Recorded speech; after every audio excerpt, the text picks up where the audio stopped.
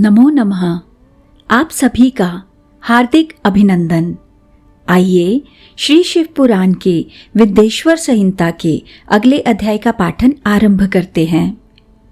अग्नि यज्ञ, देव यज्ञ और ब्रह्म यज्ञ आदि का वर्णन, भगवान शिव के द्वारा 7 वारों का निर्माण तथा उनमें देवाराधन से विभिन्न प्रकार के फलों की प्राप्ति का कथन। ऋषियों ने कहा, प्रभु, अग्नि यज्ञ, देव यज्ञ, ब्रह्म यज्ञ, गुरु पूजा तथा ब्रह्म तृप्ति का हमारे समक्ष क्रमशः वर्णन कीजिए। सूत जी बोले, मैं ऋषियों, गृहस्थ पुरुष अग्नि में सायंकाल और प्रातःकाल जो चावल आदि द्रव्य की आहुति देता है उसी को अग्नि यज्ञ कहते हैं। जो ब्रह्मचर्य आश्रम में स्थित है उन ब्रह्मचारियों के लिए समिधा का आधान ही अग्नि यज्ञ है। वे समिधा का ही अग्नि में हवन करें। ब्राह्मणों, ब्रह्मचर्य आश्रम में निवास करने वाले द्विजों का जब तक विवाह ना हो जाए और वे उपासाग्नि की प्रतिष्ठा ना कर लें, तब तक उनके लिए अग्नि में समिधा की आहुति, व्रत आदि का पालन तथा विशेष यजन आदि ही कर्तव्य है। यही उनके लिए अग्नि यज्ञ है। द्विजों, जिन्होंने बाह्य अग्नि को विसर्जित करके अपने आत्मा में ही अग्नि का आरोप कर लिया है, ऐसे वानप्रस्थियों और सन्यासियों के लिए यही हवन या अग्नि यज्ञ है कि वे विहित समय पर हितकर, परिमित और पवित्र अन्न का भोजन कर लें। ब्राह्मणों, सायकाल अग्नि के लिए दी हुई आहुति संपत्ति प्रदान करने वाली होती है, ऐसा जानना चाहिए, और प्रातःकाल सूर्य देव को दी हुई आहुति आयु की वृद्धि करने वाली होती है। यह बात अच्छी तरह समझ लेनी चाहिए। दिन में अग्निदेव सूर्य में ही प्रविष्ट हो जाते हैं, अतः प्रातःकाल सूर्य को दी हुई आहुति भी अग्नि यज्ञ के ही अंतर्गत है। इस प्रकार यह अग्नि यज्ञ का वर्णन किया गया। इंद्र आदि समस्त देवताओं के उद्देश्य से अग्नि में जो आहुति दी जाती है उसे देव यज्ञ समझना चाहिए। स्थाली पाक आदि यज्ञों को देव यज्ञ ही मानना चाहिए। लौकिक अग्नि में प्रतिष्ठित जो चूड़ाकरण आदि संस्कार निमित्तिक हवन कर्म है, उन्हें भी देव यज्ञ के ही अंतर्गत जानना चाहिए। अब ब्रह्म यज्ञ का वर्णन सुनो। द्विज को चाहिए कि वह देवताओं की तृप्ति के लिए निरंतर ब्रह्म यज्ञ करे। वेदों का जो नित्य अध्ययन या स्वाध्याय होता है उसी को ब्रह्म यज्ञ कहा गया है। प्रातः नित्य कर्म के अनंतर सायंकाल तक ब्रह्म यज्ञ किया जा सकता है, उसके बाद रात में इसका विधान नहीं है। अग्नि के बिना देव यज्ञ कैसे संपन्न होता है, इसे तुम लोग श्रद्धा से और आदर पूर्वक सुनो। सृष्टि के आरंभ में सर्वज्ञ, दयालु और सर्वसमर्थ महादेव जी ने समस्त लोगों के उपकार के लिए वारों की कल्पना की।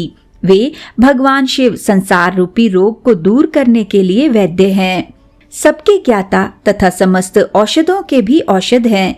उन भगवान ने पहले अपने वार की कल्पना की जो आरोग्य प्रदान करने वाला है।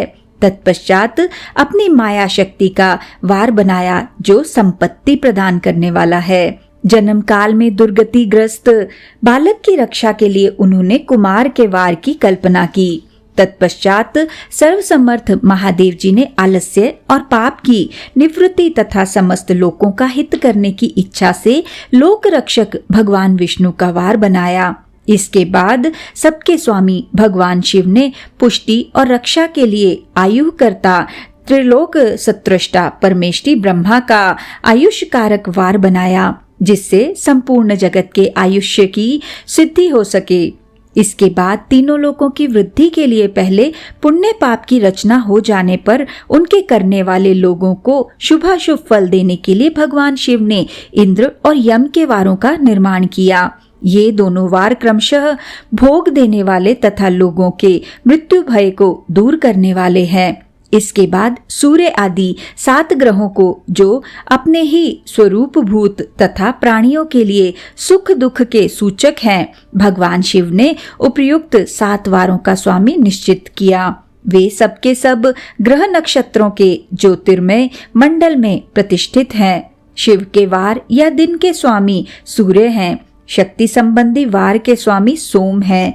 कुमार संबंधी दिन के अधिपति मंगल हैं। विष्णु वार के स्वामी बुध हैं। ब्रह्मा जी के वार के अधिपति बृहस्पति हैं। इंद्रवार के स्वामी शुक्र और यमवार के स्वामी शनैश्चर हैं। अपने अपने वार में की हुई उन देवताओं की पूजा उनके अपने अपने फल को देने वाली होती है। सूर्य आरोग्य के और चंद्रमा संपत्ति के दाता हैं। मंगल व्याधियों का निवारण करते हैं। बुध पुष्टि देते हैं। बृहस्पति आयु की वृद्धि करते हैं। शुक्र भोग देते हैं और शनैश्चर मृत्यु का निवारण करते हैं। ये 7 वारों के क्रमशः फल बताए गए हैं जो उन देवताओं की प्रीति से प्राप्त होते हैं। अन्य देवताओं की भी पूजा का फल देने वाले भगवान शिव ही हैं। देवताओं की प्रसन्नता के लिए पूजा की 5 प्रकार की ही पद्धति बनाई गई। उन देवताओं के मंत्रों का जप यह पहला प्रकार है। उनके लिए होम करना दूसरा, दान करना तीसरा तथा तप करना चौथा प्रकार है। किसी वेदी पर, प्रतिमा में, अग्नि में अथवा ब्राह्मण के शरीर में आराध्य देवता की भावना करके 16 उपचारों से उनकी पूजा या आराधना करना 5वां प्रकार है। इनमें पूजा के उत्तरोत्तर आधार श्रेष्ठ हैं। पूर्व के अभाव में उत्तरोत्तर आधार का अवलंबन करना चाहिए। दोनों नेत्रों तथा मस्तक के रोग में और कुष्ठ रोग की शांति के लिए भगवान सूर्य की पूजा करके ब्राह्मणों को भोजन कराए। तदनंतर 1 दिन, 1 मास, 1 वर्ष अथवा 3 वर्ष तक लगातार ऐसा साधन करना चाहिए। इससे यदि प्रबल प्रारब्ध का निर्माण हो जाए तो रोग एवं जरा आदि रोगों का नाश हो जाता है। इष्ट देव के नाम मंत्रों का जप आदि साधन वार आदि के अनुसार फल देते हैं। रविवार को सूर्य देव के लिए, अन्य देवताओं के लिए तथा ब्राह्मणों के लिए विशिष्ट वस्तु अर्पित करें। यह साधन विशिष्ट फल देने वाला होता है तथा इसके द्वारा विशेष रूप से पापों की शांति होती है। सोमवार को विद्वान पुरुष संपत्ति की प्राप्ति के लिए लक्ष्मी आदि की पूजा करे तथा सपत्नीक ब्राह्मणों को घृत पक्व अन्न का भोजन करवाए। मंगलवार को रोगों की शांति के लिए काली आदि की पूजा करे तथा उड़द, मूंग एवं अरहर की दाल आदि से युक्त अन्न ब्राह्मणों को भोजन कराए। बुधवार को विद्वान पुरुष दधि युक्त अन्न से भगवान विष्णु का पूजन करे। ऐसा करने से सदा पुत्र, मित्र और कलत्र आदि की पुष्टि होती है। जो दीर्घायु होने की इच्छा रखता हो वह गुरुवार को देवताओं की पुष्टि के लिए वस्त्र, यज्ञोपवीत तथा घृत मिश्रित खीर से यजन पूजन करे। भोगों की प्राप्ति के लिए शुक्रवार को एकाग्रचित्त होकर देवताओं का पूजन करे और ब्राह्मणों की तृप्ति के लिए षड्रस युक्त अन्न दे। इसी प्रकार स्त्रियों की प्रसन्नता के लिए सुंदर वस्त्र आदि का विधान करे। शनैश्चर अपमृत्यु का निवारण करने वाला है। उस दिन बुद्धिमान पुरुष रुद्र आदि की पूजा करे। तिल के होम से, दान से देवताओं को संतुष्ट करके ब्राह्मणों को तिल मिश्रित अन्न भोजन कराए।